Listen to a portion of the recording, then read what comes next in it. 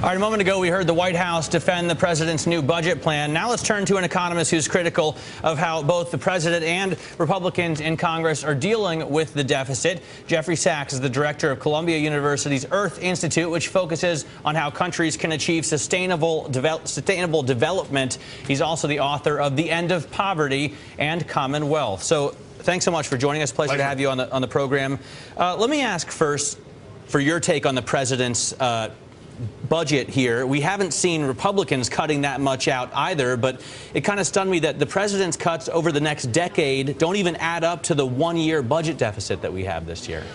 Basically, we just have a slow bleed on government services that the president is recommending and the Republicans are recommending just taking off the whole limb. Both are completely unrealistic in my view. The Republicans way out of line. What they would do would be to basically destroy core government services. The president is reacting to that by doing something that just squeezes. And I find both of them very unrealistic. You know, the real story here is that in December, the Republicans and the White House agreed to give up $900 billion of revenues in the tax extensions, the extensions of the tax cuts. Then they turn around and say... You don't subscribe to the Laffer curve, I'm getting. You better believe I don't, because history has shown what nonsense it is. And then they turn around, having given up nearly $1 trillion of revenues over 2 years, and say, oh my God, we have a huge deficit we have to cut. So then you cut the help for the poorest communities in this country. You cut help for clean drinking water. You cut Army Corps of Engineers, which can't build the levees to protect cities like New Orleans. And what's happening with this country? We give up massive amounts at the top in tax cuts, and then we turn around and we squeeze the poorest of the poor. We cut grants for higher education in the same month that the president tells us that's key for our competitiveness. But I don't want to attack the president because, you know, he's flanked to the right by absolutely absurd ideas that would just take apart this country. But hang on, you think we should, though, continue then a lot of the federal spending at the levels we have it, but we need to raise taxes? Of course. Of course. This is absurd what we're doing.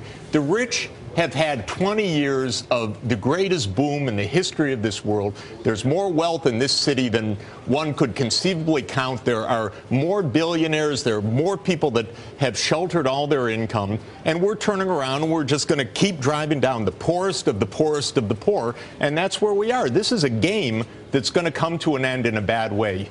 Do we really have to have our own Egypt here in the United States, or are we going to actually understand that we have a society where half the people have no voice in this country at all? Professor Sachs, it sounds to me like it's politics as usual. It is. When do we see the politicians wake up and say, okay, we do need to raise taxes, we need to take kind of the measures that you're laying out here? We don't, because both parties are financed by wealthy people.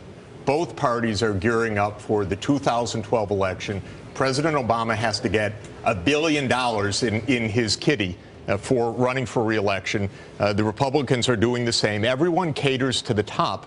And then we hear about how hard it is at the bottom and how tough it is to cut the community development programs. So what happens then? How does this play out? If nobody basically has the nerve, the guts to make the necessary moves, then how does this play out? Is it Egypt? Is that what we see in this country in your view? Well, what's happening, I see it from outside because I'm constantly on the road. I'm traveling all over the world. American influence is waning. American infrastructure is deteriorating. American competitiveness is gradually declining.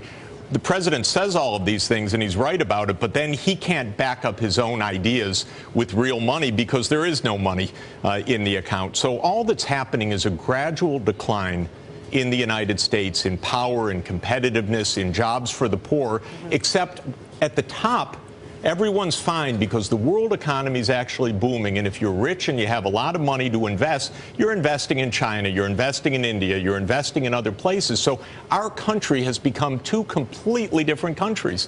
One is at the very top. Truly the haves and have-nots. Yes, and they run the politics. They finance the campaigns of both the Democrats and the Republicans. So these parties they're not quite indistinguishable, but they're both what we would normally call center-right parties.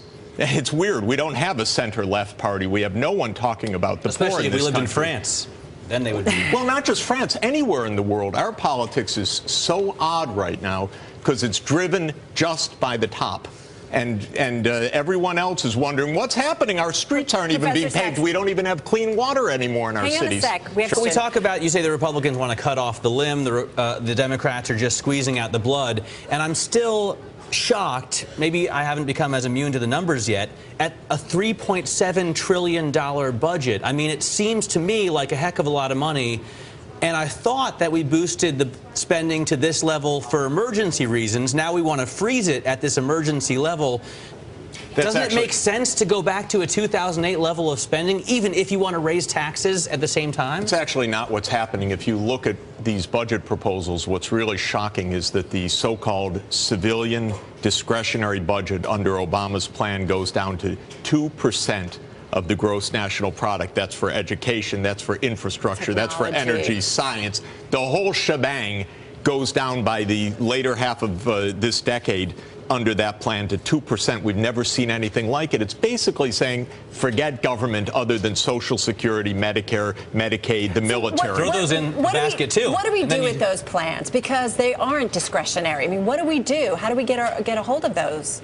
Or can we? What's happening is that serious problems in this world, like our energy instability, like the global food instability, like climate change, we don't even address in this country anymore. The Republicans systematically say that they don't even exist, those problems, and they have a reason for saying that. That's pure corporate vested interest. It's a game on their part, pure propaganda.